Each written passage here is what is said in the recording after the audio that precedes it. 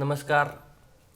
संगीत प्रश्नोत्तरी भाग 42 में आपका हार्दिक स्वागत एवं अभिनंदन है। साथियों, आज हम बात करेंगे संगीत में काकू का क्या स्थान है, काकू क्या होते हैं और संगीत का इनसे क्या संबंध है, इस बारे में हम चर्चा करेंगे। तो काकू का परिचय जैसा कि आप स्क्रीन पे देख रहे होंगे, कंठ की भिन्नता से ध्वनि में जो भिन्नता पैदा होती है उसे काकू कहते हैं।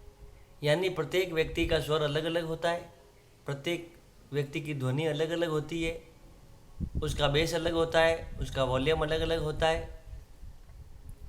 तो उस वॉल्यूम के आवाज़ पर आधार पर, उसकी ध्वनि के आधार पर, उसकी आवाज़ के आधार पर उसके मनोभाव व्यक्त करने का भी तरीका अलग अलग हो जाता है और व्यक्त करने की विचित्र विचित्र शक्तियाँ उसके अंदर होती है।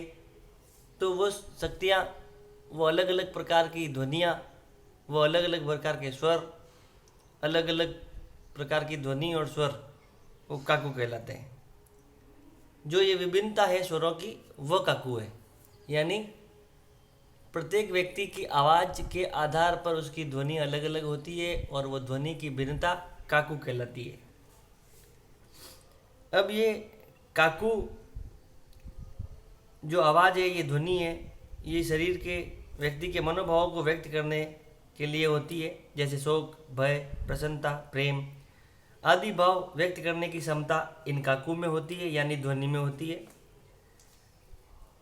भरत ने अपने नाट्य शास्त्र में 17वें अध्याय में ये बताया है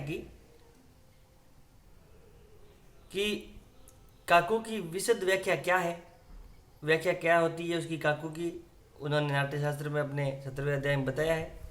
और छाती, कंठ और सिर, ये 3 स्थान बताए हैं जहाँ से काकू उत्पन्न होता है, यानी जहाँ से ध्वनि उत्पन्न होती है। ध्वनि उत्पन्न होने के 3 स्थान हैं, छाती, कंठ और सिर। इन 3 स्थान से ध्वनि उत्पन्न होती है और 3 स्थान से काकू उत्पन्न होता है। काकू ही ध्वनि है और ये ध्वनि का जो भेद है वो काकू कहलाता है। काकू 6 प्रकार के होते हैं: स्वर काकू, राग काकू, अन्य राग काकू, देश काकू, क्षेत्र काकू, यंत्र काकू। अब एक एक की बात करते हैं। स्वर काकू, श्रुति को अधिक या कम कर देने से एक स्वर की दूसरे स्वर में छाया दिखाई देना स्वर काकू कहलाता है। यानी श्रुति के हिसाब से ये तय होता है कि श्रुति ऊपर है या श्रुति नीचे है। श्रुति के हिसाब से स्वर अगर ऊपर नीचे लगते हैं तो उसे स्वर काकू कहलाते हैं। उसका जो मेन चीज़ होती है वो श्रुति होती है। श्रुति के आधार पर ही स्वर तय होते हैं और स्वर का ऊपर नीचे होना स्वर काकू कहलाता है। अब आते हैं राग काकू। किसी राग की अपनी मुख्य छाया राग काकू कहलाती है। कोई राग अपन गा रहे हैं, उस राग की छाया, मुख्य छाया जो होगी वो राग काकू कहलाएगी। अन्य राग काकू, जब किसी राग की छाया किसी दूसरे राग में दिखाई देती है वह अन्य राग काकू कहलाता है। यानी एक राग अपन गा रहे हैं, उसी राग में अगर दूसरे राग की छाया दिखाई देने लग जाती है तो वो अन्य राग काकू कहलाता है, क्योंकि एक राग अपन ने छोड़ दिया है और दूसरा राग अपन ने पकड़ लिया है, इसलिए वो अन्य राग काकू कहलाएगा।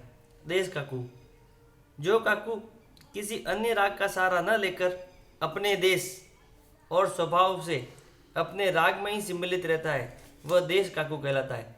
अपना देश मतलब अपना राग, अपना देश का यहाँ अभिप्राय है अपना राग, खुद के राग में ही समाहित रहता है, कहीं इधर उधर नहीं भटकता है, वह देश काकू कहलाता है और अपने स्वभाव में ही ये सम्मिलित रहता है। क्षेत्र काकू, क्षेत्र को यहाँ शरीर कहा गया है, क्षेत्र शरीर होता है, अतः राग के अलग अलग शरीर के प्रति काकू विभिन्न रूप धारण करते हैं, उन्हें क्षेत्र काकू कहते हैं। अब बात करते हैं यंत्र काकू की। यंत्र का संबंध यहाँ वाद्य यंत्रों से है। वीणा, बांसुरी, अनेक वाद्य यंत्र है। उन यंत्रों की ध्वनि से जो उत्पन्न स्वर होते हैं या जो उन वाद्य यंत्रों से उत्पन्न जो ध्वनि होती है उसको हम यंत्र काकू कहते हैं। और ये यंत्र ही वाद्य यंत्र है और इन यंत्रों को यंत्र काकू कहलाते हैं। काकू के 6 भेद होते हैं: स्वर काकू, राग काकू, अन्य राग काकू, देश काकू, क्षेत्र काकू, यंत्र काकू। वापस बता दें आपको, कंठ की भिन्नता से ध्वनि में जो भिन्नता उत्पन्न होती है उसे हम काकू कहते हैं। आज के लिए इतना ही। आपसे अनुरोध है कि चैनल को अधिक से अधिक शेयर और सब्सक्राइब करें ताकि संगीत सुधीजनों को इसका अधिक से अधिक लाभ मिल सके। धन्यवाद, आभार।